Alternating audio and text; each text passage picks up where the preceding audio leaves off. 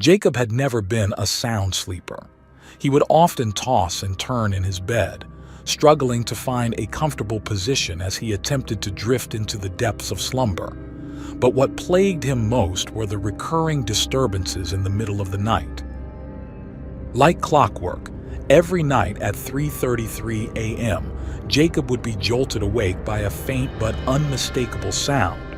It was a soft, rhythmic tapping, like fingernails gently rapping against glass. At first, he dismissed it as the product of his imagination, the byproduct of an overactive mind playing tricks on him in the stillness of the night. But as the nights passed, the tapping persisted. It was as if someone or something was deliberately trying to wake him at that specific time. Jacob's curiosity eventually overcame his apprehension, and one night, he decided to investigate the source of the strange noise. In the pale moonlight, he tiptoed down the hallway, following the sound. It led him to the attic door, which was always locked.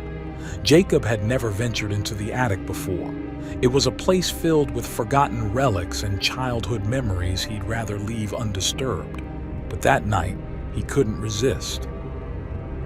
He found the key to the attic, an old, tarnished brass key that felt cold and heavy in his hand. With trembling fingers, he unlocked the door and slowly ascended the creaking stairs. The tapping grew louder with each step, echoing in the narrow space. As he reached the attic, he flicked on the light, revealing a room filled with dusty old furniture, forgotten toys, and cobweb-covered boxes. The source of the tapping remained elusive until he noticed an ornate, antique mirror tucked away in the corner. The tapping was coming from the mirror.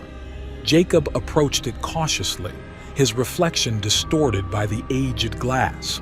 He reached out to touch the mirror's surface, and to his horror, the tapping stopped, but his reflection did not. His mirrored self continued to tap, tap, tap on the glass with a twisted grin. In a panic, Jacob stumbled backward, tripping over an old trunk.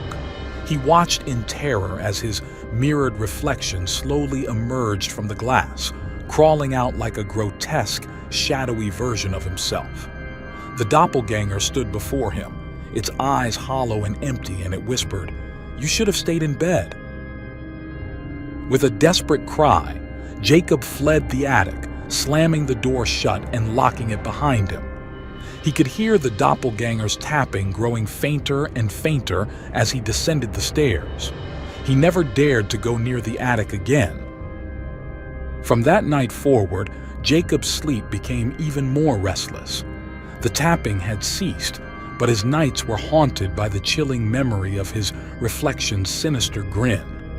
He knew that whatever he had encountered in the attic was something beyond comprehension, and he had no choice but to live with the eternal fear of what lurked on the other side of the mirror.